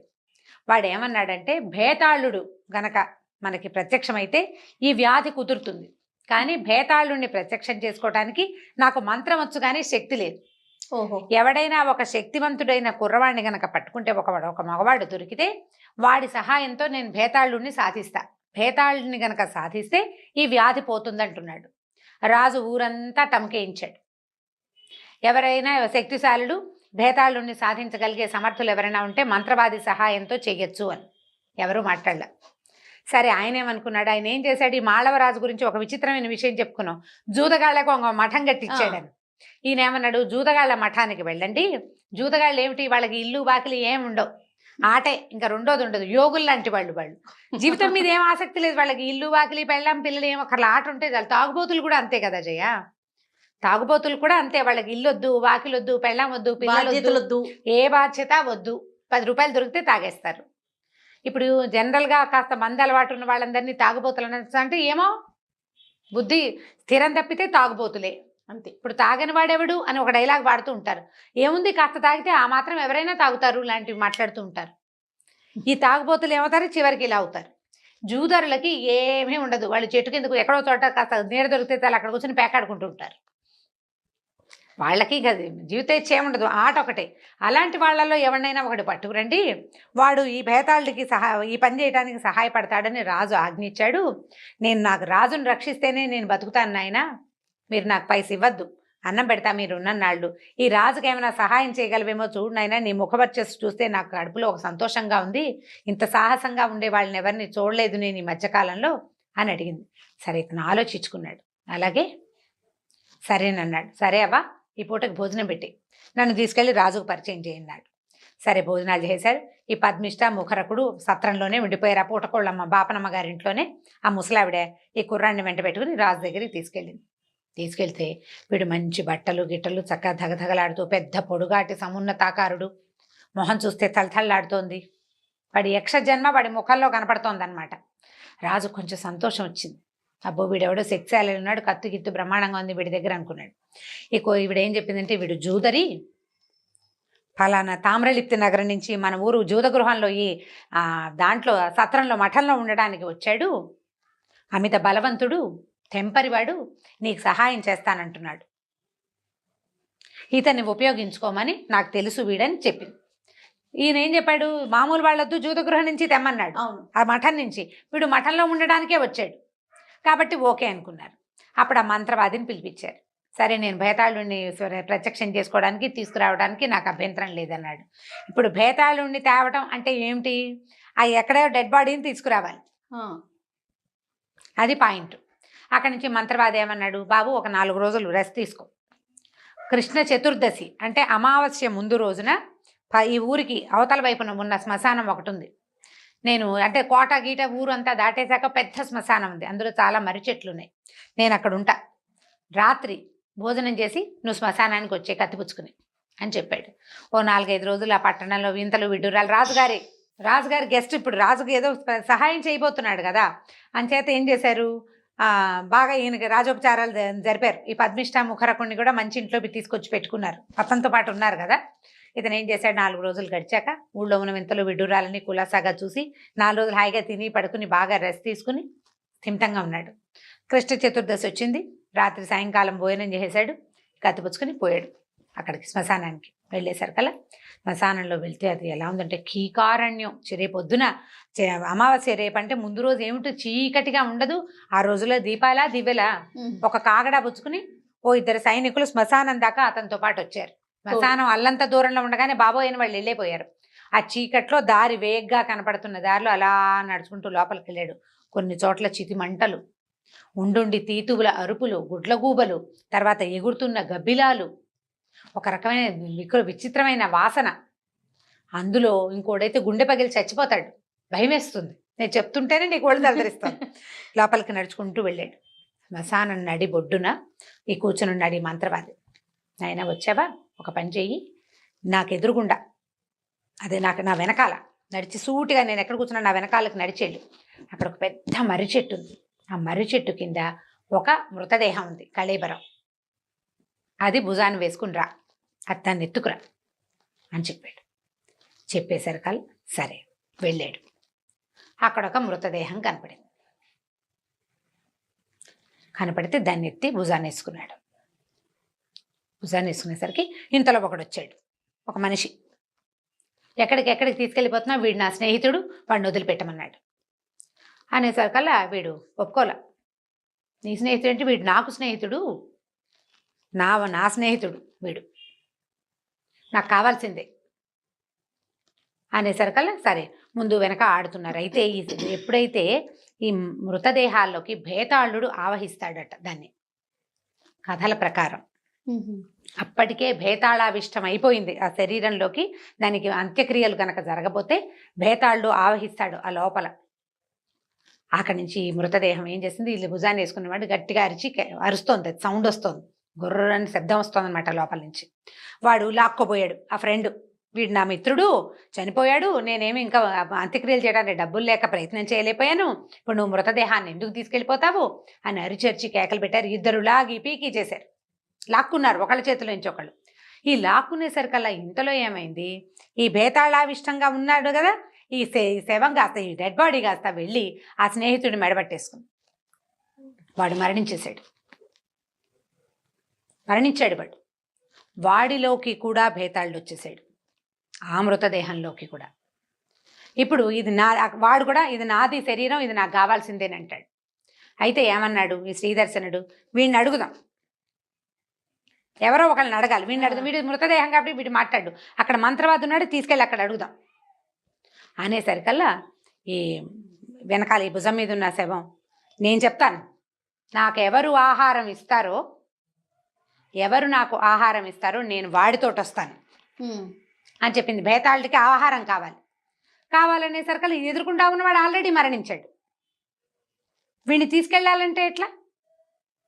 అయితే వెనక్కి వీడేం చేశాడంటే శ్రీదర్శనుడు, అయితే ఇప్పుడు నీ స్నేహితుడు నన్ను చెప్తున్నాడు కదా, కావాలంటే వాడిని భుజించున్నాడు, వాడిని ఎప్పుడో తీసేసుకున్నాను నేనని చెప్పాడు. వాడిని నేను ఎప్పుడో తీసేసుకున్నా, వాడు చచ్చిపోయాడు, వాడు కాదు, నాకు ఆహారం ఇస్తేనే నేను నీతోటి వస్తానంటే ఈ శ్రీదత్తుడు ఏం చేశాడు, భుజాన్ని వేసుకుని కుడి చేతితోటి ఎడం చేతిని ముక్కలు చేసి ఒక్కొక్క ముక్క అందించడం మొదలుపెట్టాడు. ఎలాగైనా అక్కడికి వెళ్ళాలి, వీడిని వదలకూడదు, ఈ డెడ్ బాడీని వదిలిపెట్టకూడదు. ఈ చెయ్యి ముక్క ఇక్కడ దాకా భుజం దాకా తెగిపోయే కానీ ఈ భేతాళుడు, ఒరిని నీకు మహాసత్వుడా, నీకు ఎంత బలం ఉంది, ఎంత ధైర్యం ఉంది, చెయ్యి నరికి నాకు అందిస్తున్నావు నువ్వు, అయితే ఒక పని చెయ్యి, నువ్వు నచ్చావు నాకు, మంత్రవాదున్నాడే వాడొట్టి పిరిగ్గొడ్డు, వాడికి శక్తి లేదు, నాకు ఆహారం కావాలి, నిన్నెందుకు చెప్పాడంటే వాడు నువ్వు అక్కడికి నన్ను తీసుకెళ్ళంగానే ఈ మహాసత్వంగా ఉన్నవాడిని నాకు బలిచ్చి నా నుంచి వచ్చే శక్తిని వాడు తీసుకెళ్తాడు రాజు దగ్గరికి, అందుకనే జూదశాల నుంచి తెప్పించమని రాజుకు చెప్పాడు. ఏ పోరు పొక్కు లేని మనివాడు ఒకడు వస్తాడని, వాడు నీకంటే బలహీనుడు, నేను వాడిని లాగేసుకుంటా, నువ్వు జాగ్రత్తగా ఉండు అని చెప్పేశాడు. భేతాళుడు వీడి పట్ల వశమైపోయాడు అనమాట, ఎత్తుకున్న వాడికి. ఈ శ్రీదర్శనుడు ఏం చేశాడు, ఈ బాడీని తీసుకెళ్ళి అక్కడ పెట్టాడు. ఆ మంత్రవాది ఆశ్చర్యపోయాడు, అమ్మో వీడు సామాన్యుడు కాదనుకుని దానికి ఏవో చాలా క్రియలు ఉన్నాయి, ఆ క్రియల ప్రకారం ఈ డెడ్ బాడీని పడుకోబెట్టి దాని మీద కూర్చొని దాని నోట్లో ఆవాలు పోసాడు. అక్కడి నుంచి హోమం చేయటం మొదలుపెట్టాడు. ఈ హోమం మొదలు పెట్టేసరికి దాని నోరు తెరిచి నోట్లో వేస్తున్నాడు. పెద్ద మంట వచ్చింది, రావటం ఆ మంట రావటం ఏమిటి, ఈ కూర్చున్నాడు కదా ఈ మంత్రవాది, వాడిని ఇట్లా పట్టేసి ఇవన్నీ లోపలికి లాగేసింది. క్షణంలో ఈ బాడీ మీద కూర్చున్న మంత్రవాది దాని బొట్టలోకి వెళ్ళిపోయాడు, లోపలికి వెళ్ళేసరికి ఇవి లేస్తున్న అగ్ని జ్వాల ఒకటి పైకి వస్తుంది కదా, అది ఇట్లా ఆకారంలో ఒక భూతపు ఆకారంలో కనపడడం మొదలెట్టింది. శ్రీదర్శనుడా, నువ్వు గెలిచావు, ఈ మంత్రవాదిని నేను ఆహారంగా తీసేసుకున్నాను, నా నోట్లో ఆవాలు ఉన్నాయి, ఈ మంట ఆరిపోగానే ఆవాలు తీసుకుని రాజు దగ్గరికి వెళ్ళు, ఈ ఆవాలని రాజుకి తలకి చేతికి కట్టించు, 3 రోజుల్లో అతని వ్యాధి తగ్గిపోతుంది. ఇంకోటి ఏం చేస్తాడు, ఇది పట్టుకెళ్ళిపోతాడు. వీడు తెలివైన వాడు శ్రీదర్శనుడు, అయినా కూడా వీడు జూదం ఆడాడు చూడు. వాడేమన్నాడంటే, అలా ఎలా కుదురుతుంది, మేమిద్దరం కలిసి వచ్చాం, మంత్రవాది ఇక్కడ ఉన్నాడు, నేను వచ్చా, ఇప్పుడు నేను మంత్రవాదిని చంపేసి నీ దగ్గర నుంచి తీసుకొచ్చానని రాజు అంటే నేనేం చేయాలి? నన్ను నమ్మద్దు వాళ్ళు, నేను దేశదిమ్మరిని. ఎలా నమ్ముతారు? ఎలా నమ్ముతారు? నన్ను బంధిస్తే నాతో పాటు ఉన్న ఇద్దరు ఏమవుతారు? దానికి ఉపాయం చెప్పమన్నాడు. ఏం పర్వాలా, నేను వెళ్ళిపోయాక ఈ బాడీ ఇక్కడే ఉంటుంది, కావాలంటే ఈ బాడీ చీరు చూసుకోమను, మంత్రవాది ఇందులో ఉంటాడు. మింగేసింది ఎవరిది? డెడ్ బాడీ కదా అని చెప్పాడు. చెప్పంగానే ఇతను ఏం చేశాడు, ఆ మంట ఆరిపోగానే ఆ నోట్లోంచి ఇన్ని ఆవాలు ముందు పోసాడు మంత్రవాది. అవి కాలవు, దాని మంత్రం శక్తి అనమాట. అవి చెత్తపుచ్చుకున్నాడు, వెళ్ళిపోయి పడుకున్నాడు. రాత్రి వాడు గుండెకాయ ఇంకోటైతే హడిని చచ్చిపోతాడు. పోయి పడుకుని తెల్లవారు లేచి రాజు దగ్గరికి వెళ్ళి జరిగింది చెప్పాడు. కావాలంటే మనం అక్కడ శ్మశానానికి వెళ్దాం, అక్కడ ఏం జరిగిందో చూద్దురు కానీ అంటే అక్కడ ఉన్న డెడ్ బాడీని చీరి చూస్తే అందులో మంత్రవాది తాలూకు శరీరం కనపడింది వాళ్ళకి. సరే, ఈ శ్రీదర్శనుడిని నమ్మి నిజం అనుకుని వెంటనే అతను తెచ్చిన ఆవాలని ఒక 2 మూటలుగా కట్టి, ఒకటి తలకు కట్టారు, రెండోది చేతికి కట్టారు. 3 రోజుల్లో ఆయనకి 3 సంవత్సరాలుగా ఉన్న జబ్బు కుదిరిపోయింది, జబ్బు తగ్గిపోయింది. యక్ష్మ వ్యాధి అంటారు, అదేమిటో మనకు తెలియదు, దాని పేరు అది చెప్పారు. అక్కడి నుంచి జబ్బు తగ్గిపోగానే ఈయన ఏమన్నాడు, రాజుగారికి చాలా సంతోషం వచ్చేసింది. ఆయనకి పిల్లలు లేరు, అందుకని ఈ శ్రీదర్శనుడిని యువరాజుగా చేసుకున్నాడు. ఎవరి వల్ల అయితే తన ప్రాణాలు కాపాడబడ్డాయో వాడు మహాసత్వుడు, మహాబలవంతుడు, మహాధైర్యవంతుడు. రాజ్యానికి రాజు కావాల్సిన వాడికి కావాల్సిన లక్షణాలు అవే కదా. సాహసికుడుగా ఉండాలి. విక్రమార్కుడు అంత సాహసం ఉంది ఇతనికి. అటు పెట్టుకున్నాడు. అక్కడి నుంచి పద్మిష్టనిచ్చి పెళ్లి చేశారు. యువరాజు అయ్యాడు. రాజుగారు ఉన్నాడు, యువరాజుగా ఇతను ఉన్నాడు. అక్కడి నుంచి మన ముఖరకుడిని కూడా తన దగ్గరే అట్టు పెట్టుకుని హ్యాపీగా ఉండటం మొదలుపెట్టారు. భార్యతో సంతోషంగా గడుపుతున్నాడు. ఆ కాలంలో ఒక ప్రదీప శక్తి అనే ఒక వ్యాపారస్తుడు పడమటి సముద్రంలో వ్యాపారం చేయడానికి వెళ్ళాట. అయితే పడమటి సముద్ర తీరంలో అతనికి పెద్ద రత్న గణపతి విగ్రహం, అంత విగ్రహం దొరికిందట. రత్న విగ్రహం, మణితో నిర్మించబడింది, ఎవరో చేసింది. అయితే అతను ఏం చేశాడంటే ఆ విగ్రహాన్ని తెచ్చి ఈ యువరాజైన శ్రీదర్శనుడికి బహుకరించాడు. బహుకరిస్తే ఆ విగ్రహాన్ని చూస్తే అతనికి పిచ్చి సంతోషం వచ్చింది. ఎంత బాగుందో, చాలా బాగుంది. అయితే ఈ విగ్రహాన్ని బ్రహ్మాండమైన గుడి కట్టి ప్రతిష్ఠ చేయించాడు. 1000 గ్రామాలు స్వామికి అరణంగా ఇచ్చాడు. మరి మాన్యాలు గుడికి మాన్యం ఏర్పాటు చేస్తారు కదా, ఎన్నో ఉత్సవాలు జరిపించేవాట. అయితే ఇన్ని ఉత్సవాలు చేసి ఎప్పుడూ ప్రతిరోజు ఆ గణపతిని దర్శనం చేసేవాడు. అప్పుడు గణనాయకుడైన గణపతి విఘ్నేశ్వరుడు తన గణాలతోటి ఏం చెప్పాడంటే, వీడు చాలా భక్తుడు, భవిష్యత్తులో భూమండలానికి రాజు కాదగినవాడు. అయితే నా భక్తురాలు ఒక పిల్ల ఉంది, అదెవరు? ఇక్కడికి చాలా దూరంలో ఉన్న హంసద్వీపంలో ఉండే అనంగోదయుడి కూతురు అనంగ మంజరి అమ్మాయి పేరు. ఆ అమ్మాయిని వీడికి ఇచ్చి వివాహం చేయాలి. వీడు నా భక్తుడు, అమ్మాయి నా భక్తురాలు, వీళ్ళిద్దరికీ వివాహం చేయాలి, ఏర్పాటు చేయండి అని చెప్పాడు గణపతి. చెబితే ఈ యువరాజు పద్మిష్ట ఇద్దరు నిద్రపోతున్నారు. శ్రీదర్శనుడు పద్మిష్ట నిద్రపోతుంటే ఈ శ్రీదర్శనుడిని రాత్రి నిద్రలోనే తీసుకెళ్ళి ఆ అనంగ మంజరి మంచం మీద పడుకోబెట్టేశారు. గణ సేవకులు, గణపతి దగ్గర ఉండే సేవకులు అనమాట, గణ సేవకులు అంటారు. వాళ్ళు తీసుకెళ్ళి పడుకోబెట్టేశారు. ఆ అమ్మాయి నిద్రలో పక్కకి తిరిగి చూసుకుంది, వీడెవడో కనపడుతున్నాడు. చూస్తే చాలా అందంగా ఉన్నాడు, ఆయన ఎవరో తెలియదు. నిద్ర లేపింది, బాబు మీరు ఎవరండి అని. ఒకళ్ళనొకళ్ళు చూసుకుంటే అమ్మాయి అందంగా ఉంది, అబ్బాయి అందంగా ఉన్నాడు. ఇది అవునా కాదా, కళా నిజమా తెలుసుకోవడానికి ఏం చేశారంటే ఒకళ్ళ నగలు ఒకళ్ళు మార్చుకున్నారు. వీళ్ళు అతను వెళ్ళింది ఎక్కడ, అతను ఉన్నది ఎక్కడ? ఈ మాళవదేశంలో ఉన్నాడు. ఈ హంసద్వీపం కొన్ని 1000 మైళ్ళ అవతల ఎక్కడో సముద్ర మధ్యలో ఉంటుంది. అక్కడికి మామూలుగా వెళ్ళటం కుదరదు. కలలోనే వెళ్ళానని భావించి ఇది నేను స్వప్నంలో ఉన్నానని, ఈ స్వప్నం అవునో కాదో తెలుసుకోవడం మనం గిల్లి చూసుకుంటాం కదా, అట్లా ఏం చేశారంటే ఒకళ్ళ నగలు ఒకళ్ళు మార్చుకున్నారు. స్త్రీల ఆభరణాలకి పురుషుల ఆభరణాలకి తేడా ఉంటుంది. ఈ ఆభరణాలు ధరించిన తర్వాత వీళ్ళిద్దరు ఏమనుకున్నారంటే గాంధర్వ విధిని వివాహం చేసుకుందాం అనుకున్నారు. అంతలో ఈ గణసేవకులు ఉన్నారు కదా, ఇక్కడ వచ్చే ఎవరైతే సైన్యం ఇతన్ని ఇక్కడికి మార్చారో వెంటనే ఒక నిద్రని కల్పించి ఆ వనంగ మంజరిని అక్కడ వదిలిపెట్టేసి వీడిని మళ్ళీ తీసుకొచ్చి శ్రీదర్శనుడి తీసుకొచ్చి భార్య పక్కన పడుకోబెట్టేశారు. ఒక్కటే మోహపరిచారం, నిద్రపుచ్చేసి తీసుకొచ్చేశారు. భగవంతుడి సేవకులు చేయగలరేని పని ఏం లేదు. ఇది జరిగిపోయింది. జరిగేసరికి మెలకు వచ్చి చూసుకున్నాడు, ఇంట్లోనే ఉన్నాడు, పక్కన భార్య ఉంది. చూసుకుంటే ఒంటి మీద నగలని ఆడవాళ్ళ నగలు, నడువుకు వడ్డాణం, ఇక్కడ పెట్టుకుని తనకు ఉండాల్సింది కట్టాల్సింది కాకుండా వంకి అన్నీను, ఇక్కడ ఉండే నెక్లెస్లు అన్ని సమస్తమైనవి, నగలన్నీ మారిపోయినాయి. నిర్ఘాంతపోయాడు. నేను అసలు పోనీ కల్లో వెళ్ళానంటే కళ అయితే నగలు ఎలా మారినాయి, నా నగలేవి ఈ నగలు ఎత్తుకొచ్చినాయి,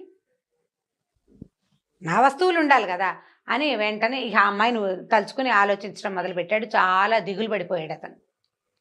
నేను ఎక్కడికో వెళ్ళా, ఒక మహాసౌందర్యవతిని చూశాను, నా నగలు ఆమెకిచ్చి ఆమె నగలు నేను తీసుకున్నా, గాంధర్వ విధిని వివాహం చేసుకుంటానని చెప్పాను. ఆమె ఎవరు, నేను ఎక్కడున్నాను, ఎక్కడికి వెళ్ళానో నాకు తెలియదు. ఇక మూడు ఆఫ్ అయిపోయింది. భార్య చాలా ఓదార్చింది. రేపు పొద్దున ఎవరినైనా కనుక్కుందాము, రేపు ఎవరినైనా చూద్దాం, ఎవరినైనా కనుక్కుంటే అసలు ఇదేం జరిగిందో మనకు తెలుస్తుందని ఆవిడ ఓదారుస్తోంది. భార్య మీద ప్రేమే అతనికి, కానీ ఈ మోహం అతన్ని వదిలిపెట్టట్లేదు అనమాట. ఈ శ్రీదర్శనుడు ఏం చేశాడు, నిద్రలోనే వెళ్ళి అనంగ మంజరి దగ్గరికి వెళ్ళాడు. ఇద్దరు నగలు మార్చుకున్నారు. ఇతను ఇంటికి నిద్రలోనే వచ్చేసాడు. ఆ అమ్మాయిని ఎవరినో చూశానండి, దానికోసం బెంగపెట్టుకోవటం మొదలుపెట్టాడు. వీళ్ళకి ఏం చేయాలో తెలియలే. ఈ రాజుకి ఇతని భార్యకిను, ఈయన పెంచుకున్నాడు కదా, అవును, పెంచుకున్న రాజుగారికి ఈ భార్యకి అర్థం కావట్లేదు అనమాట. పద్మిష్ట ఇతని భార్య పేరు. అక్కడి నుంచి ఏమైంది, ఆ అనంగ మంజరి తండ్రి పొద్దునే లేచి కూతురుని చూశాడు. చూస్తే అమ్మాయిని మగవాళ్ళు వేసుకునే ఆభరణాలు వేసుకుని కనపడింది. ఆభరణాల్లో తేడా ఉంటాయి, స్త్రీ ఆభరణాలు వేరు, పురుషాభరణాలు వేరు. ఇక్కడ కట్టుకునేవి అవి కూడా తేడా ఉంటాయి. ఆడవాళ్ళ వంకీలు ఉంటాయి కదా, మగవాళ్ళది వెనకాల తాళ్ళు వస్తాయి అనమాట. ఇదేమిటమ్మా ఇట్లా మగవేషం వేసావు, ఈ వస్తువులన్నీ ఏమిటి అని అడిగాడు. అడిగితే అమ్మాయిని బికమహ వేసి, నిన్న రాత్రి కల్లో ఎవరో నాకు కనపడ్డారు, అతనిది ఎక్కడో ఏ దేశమో నాకు తెలీదు, ఆయన పేరు మాత్రం శ్రీదర్శనుడు, మేమిద్దరం నగలు మార్చుకున్నాము, గాంధర్వ విధిని వివాహం చేసుకోదలుచుకున్నాము, ఇలా అయింది, అతను మాయమైపోయాడు అని ఏడవటం మొదలుపెట్టి. వీళ్ళకి ఎక్కడ వాళ్ళు ఉన్నది హంసద్వీపం ఎక్కడో, అది ఏదో సప్త సముద్రాల అవతల, దానికి ఏం చేయాలో వాళ్ళకి తెలియలేదు. ఇంతలో ఏమైందట, వాళ్ళకి సిద్ధయోగి అని ఒక ఆయన కనపడ్డాడు, ఒక యోగి. ఆయన రాజుగారిని చూడ్డానికి వచ్చాడు. ఈ అనంగోదయుడిని చూడ్డానికి వచ్చి కూతుర్ని చూశాడు. ఆయన రాజుగారి అమ్మాయిని చూసి ఆయన ఏమన్నాడంటే, ఈ అమ్మాయి రకరకాల జన్మలు ఎత్తుతోంది భర్త కోసము, ఇక్కడ జన్మించింది నీ దగ్గర అన్నాడు. అనేసరికల్లా ఆయన తెల్లబోయి, ఈ రాజుగారు అది కాదండి, ఒక కళ వచ్చింది, అమ్మాయికి పురుషాభరణాలు ధరించి ఉంది, మరి ఈ అమ్మాయి ఆభరణాలు ఏమో అతను పెట్టుకున్నట్ట, అతనేమో మళ్ళీ నిద్ర లేచేసరికి కనపడలేదు, పిల్ల చాలా బెంగ పెట్టుకుంటోందంటే ఆయన ఏమన్నాడు, ఈ రాజు ఇక్కడ వాడు కాదు, భూలోక చక్రవర్తి, ఆ భూలోకంలో రాజు, ఒక రాజుగారి అబ్బాయి, అతను పెంచుకోబడ్డాడు శ్రీదర్శనుడు, కానీ అతను విద్యాధరుడు, మానవ జన్మ ఎత్తినవాడు. ఈ అమ్మాయిని ఆ అబ్బాయికి ఇచ్చి వివాహం చేసే ఏర్పాటు నేను చేస్తానని ఆయన ఏంటంటే సిద్ధ యోగి కదా, క్షణంలో అక్కడ కళ్ళు మూసుకుని ఇక్కడ ప్రత్యక్షం అవ్వాలి. ఆయన ఎక్కడికి వచ్చాడు, ఎక్కడైతే ఇతను ఒక రత్న గణపతిని దొరికితే ఒక విగ్రహం పెట్టి గుడి కట్టారు కదా, ఆ దేవాలయానికి వచ్చాడు. ఆ దేవాలయంలో ఏంటంటే ఒక పిచ్చి అబ్బాయి తిరుగుతూ ఉన్నాడు. ఈ రత్న గణపతి విగ్రహాన్ని తెచ్చాడు కదా ఒక వ్యాపారస్తుడు, అతని కొడుకు మహేంద్ర శక్తి, వాడు పిచ్చివాడు, ఒంటి మీద బట్టలు కూడా ఉండవు, వాడికి తెలియదు అనమాట, పిచ్చిగా తిరుగుతూ ఉంటాడు. ఈయన ఏం చేశాడంటే, వచ్చిన సిద్ధయోగి ఆ మహేంద్ర శక్తి తాలూకు పిచ్చి కుదిర్చేశాడు. వాడు తెలుసుకున్నాడు తన ఒంటి మీద బట్టలు, ఒక 20 ఏళ్ల పిల్లాడు, వాడికి స్పృహ వచ్చేసింది. అంతకుముందు అంతా పిచ్చిగా ఒక 10 ఏళ్ళుగా అలా అమాయకంగా బట్టలు కూడా లేకుండా ఏదో వెర్రిగా తిరుగుతూ ఉండేవాడు. వాడు నార్మల్ అయిపోయి ఇంటికి పరిగెత్తుకుంటూ వెళ్ళిపోయాడు. వెళ్ళేసరికల్లా ఊరంతా విడ్డూరంగా చెప్పుకున్నారు, చాలా గొప్పగా చెప్పుకున్నారు, అయ్యి బాబాయ్ ఏమిటి వచ్చిన ఆయన ఇంత బాగా చేసేసాడంటే. అప్పుడు రాజుగారికి కూడా ఈ విషయం తెలిసింది, మహేంద్ర శక్తి జబ్బు కుదిర్చేశాడు వచ్చిన సిద్ధయోగి అని. అప్పుడు ఆయన ఏం చేశాడంటే, కోడల్ని తీసుకుని ఆ సిద్ధయోగిని చూడడానికి వెళ్ళాడు. మీరు మహేంద్ర శక్తి జబ్బు కుదిర్చేశారు, మా అబ్బాయి జబ్బు కూడా కుదర్చండి. కొద్ది రోజుల క్రితం మా వాడు కలలో ఎవరివో ఆభరణాలు నేను ధరించానంటాడు, ఒక అమ్మాయిని చూశానంటాడు, అనంగమంజరి పేరు మాత్రం చెప్తున్నాడు, ఎక్కడికి వెళ్ళాడో తెలీదు, ఇట్లా జరిగింది, మా అబ్బాయి ఇంకా స్వస్థత చెందలేదు, దిగులుగానే ఉంటున్నాడు, మరి నాకు దీని సంగతి చూసి పెట్టండి అని అడిగాడు. అప్పుడు ఆయన పక్కపక్క నవ్వుతూ మీ అబ్బాయిని పిలిపించండి అన్నాడు. పిలిపించంగానే ఆ అబ్బాయిని చూసి, ఇతనే కదా అనంగమంజరి నగలన్నీ దొంగతనం చేసుకుని హంసద్వీపం నుంచి పారిపోయిచ్చాడు అనేసరికి ఆశ్చర్యపోయారు. ఓ హంసద్వీపం ఈయనకి తెలుసు అనమాట. అక్కడి నుంచి ఆయన ఏం చేశాడంటే, ఈ శ్రీదర్శనుడిని తనతో పాటు హంసద్వీపానికి తీసుకెళ్ళిపోయాడు. కళ్ళు మూసుకుని తెరిచేలోగా తీసుకెళ్ళాడు. కాలగమన విద్య అంటారు దాన్ని. ఇక్కడున్న నిమిషంలోనే మళ్ళీ అక్కడ ప్రత్యక్షం అయిపోతారనమాట. అక్కడికి తీసుకెళ్ళిపోయారు, ఇక్కడ అంతర్ధానం అయిపోతారు, అక్కడ ప్రత్యక్షం అయిపోతారు. సూపర్ కదండి. మనకు దొరికితే బాగుండు, ఎంత బాగుండు. క్యాబులు వెతుక్కోలేక చచ్చిపోతున్నాం. అక్కడి నుంచి అక్కడికి వెళ్ళాక ఆ అనంగ మందిర్ని ఇచ్చి అతనికి శాస్త్రోక్తంగా వివాహం చేసి ఆ అమ్మాయిని ఇచ్చి పంపించేశారు. ఈ శ్రీదర్శనుడు ఈ అనంగ మంజరి పద్మిష్టతోటి హాయిగా కాపురం చేసుకుంటూ చక్కగా కులాసాగా ఉన్నాడు. వీళ్ళిద్దరు భలే కలిసి ఉండేవాళ్ళు. ఎంత బాగా కలిసి ఉండేవాళ్ళో వీళ్ళిద్దరికీ కొంతకాలం తర్వాత అనంగసేనుడు పద్మసేనుడు అని ఇద్దరు కుమారులు కలిగారు, చెరుకు అబ్బాయి. పిల్లలతోటి చాలా బాగున్నాడు. పెద్దరాజు గారు కాలం చేశారు, ఇతను రాజు అయిపోయాడు. ఈ రాజు అయిన తర్వాత ఏమైందంటే ఒకనాడు 4-5 గంటల వేళ భార్యలతో కలిసి ఈయన రాజుగారు వ్యాహ్యాలకి వెళ్ళాడు. కోట బయటికి వెళ్తుంటే ఒక బ్రాహ్మడు ఒక ఆయన వచ్చి పెద్దగా ఏడుస్తూ ఏమిటో ఏదో విచిత్రంగా మాట్లాడుతున్నాడు అనమాట. అది ఆ మాటలు ఎలా ఉన్నాయంటే, ఓ ఇద్దరు ఆడవాళ్ళు ఎవరో నీకోసం పుట్టారు, వాళ్ళు చనిపోతున్నారు, నువ్వెప్పుడు వెళ్తావు అంటాడు. తమాషాగా మాట్లాడతాడనమాట. రాజుకు అర్థం కాదు, నాకు అర్థం కావట్లేదండి అన్నాడు. అని మీకు అర్థమైందా అని వెనక్కి తిరిగి చూశాడు. భార్యలిద్దరికేసి వాళ్ళిద్దరు ఏడుస్తున్నారు. ఆయనకి అర్థం కాలేదు. ఆ ఏడుస్తూ ఇద్దరు కళ్ళు తిరిగి పడిపోయారు, చనిపోయారు. అమ్మాయిలు భార్యలిద్దరు పోయారు. ఈయన ఏం చేయాలో తెలియలే. ఆయన స్పృహ తప్పిపోయాడు. బాగా చనిపోయిన సంగతి అర్థమైపోయింది. ఇక సైనికులు వాళ్ళు వీళ్ళు అంతా పరిగెత్తుకొచ్చి రాజుగారిని ఇంట్లో తీసుకెళ్లారు. ఇద్దరు రాణుల భౌతిక దేహ కాయాలని లోపలికి తీసుకుపోయారు. సరే, వాళ్ళకి చేయవలసిన అన్ని కర్మలు చేసేసాడు రాజు. చేసిన తర్వాత భార్యలు లేక ఉండలేకపోయేవాడట. అతను ఉండలేక ఒకనాడు అట్లా వ్యాహ్యాలకి బయలుదేరి అలా నడుచుకుంటూ వెళ్ళేసరికల్లా ఒక శ్మశానం పక్క నుంచి వెళ్ళేట బయటికి. అంటే తిరుగుతుంటే ఆ శ్మశానానికి ఒక పెడగా ఒక పెద్ద చెట్టు ఉంది. మామిడి చెట్టు, చింత చెట్టు లాగా కనపడుతోంది. ఆ చెట్టు కింద నుంచి ఓ ఇద్దరు ఆడవాళ్ళు వచ్చారట బయటికి. చక్కగా ఉన్నారు. వాళ్ళు వచ్చి, రండి ఇక్కడ విశ్రాంతి తీసుకుందరుగా నన్ను పిలిస్తే, ఈయన ఏదో ధోరణిగా ఉన్నాడు. వెళ్ళాడు వాళ్ళతోటి. వెళ్ళేసరికల్లా కూర్చోబెట్టారు. ఏదో మంచినీళ్ళు తాగడానికి ఇచ్చారు. కాస్త సుగంధంగా వాసన వచ్చే మంచి ద్రవ్యం ఒకటి ఇచ్చారు తాగడానికి. ఎవరు మీరు అన్నాడు. అనేసరికల్లా వీళ్ళు ఏం చెప్పారంటే ఒక పాత కథ చెప్పారు, ఒక పునర్జన్మ కథ. పూర్వం కాశీనగరంలో కమలగర్భుడు అని ఒక బ్రాహ్మణుడు ఉండేవాడు. ఆయనకి ద్యుతి బల అని ఇద్దరు భార్యలు ఉండేవాళ్ళు. ఇద్దరు భార్యలు. వాళ్ళిద్దరూ ఎంతో ప్రేమగా ఉండేవారు. అయితే వీళ్ళకి సంతానం కలగలేదు. ఆయన రోజు హోమం చేసేవాడు. హోమం చేసినప్పుడు ఆ హోమంలో ఈ భార్యలు ఆయన ఏం దండం పెట్టుకునేవాళ్ళు అంటే, వచ్చే జన్మ కూడా మేము ఇలాగే భార్యాభర్తలుగా జన్మించాలని కోరుకునేవాళ్ళు. ఆ భార్యలిద్దరే తనకు కావాలని వాళ్ళు భర్తతోటే తమిద్దరము అతనితో ఉండాలని కోరుకునేవాళ్ళు. చాలా కాలం తర్వాత సంతానం లేకే మరణించారు వాళ్ళు. ఈ మరణించిన కమలగర్భుడు ఎవరిలాగా పుట్టాడు? దీప్తశిఖుడు అనే విద్యాధర యువకుడుగా పుట్టాడు. ఓహో. ఈ అమ్మాయిలిద్దరు, ఇతని భార్యలిద్దరు జ్యోతిర్లేఖ, ధూమలేఖ అని ఇద్దరు అమ్మాయిలుగా ఇంకొక విద్యాధర కుటుంబంలో పుట్టారు. చాలా కాలం తర్వాత వాళ్ళు తెలుసుకున్నారు, తమిద్దరం మొదటి జన్మించామని ఇట్లా, కానీ తమకి భర్తగా ఉండవలసిన వాడు ఇలా దీప్తశిఖుడుగా పుట్టాడు అని. ఆ దీప్తశిఖుడిని కలుద్దామని వాళ్ళు అమ్మాయిలిద్దరు వచ్చేసరికల్లా దీప్తశిఖుడు అట్టహాసుడు ఇద్దరు కలిసే కదా శాపం పొందారు. నలకూబరడి శాపం వల్ల అట్టహాసుడు తండ్రిగాను, దీప్తశిఖుడు అతని కొడుకుగాను, అన్నాతమ్ముడు ఇద్దరు భూలోకంలో పుట్టారు. దాంతో ఈ ధూమలేఖ తర్వాత జ్యోతిర్లేఖ ఇద్దరు వీళ్ళేమనుకున్నారు, మళ్ళీ మనం భూలోకంలో పుట్టాల్సిందే భర్తని పొందటానికి.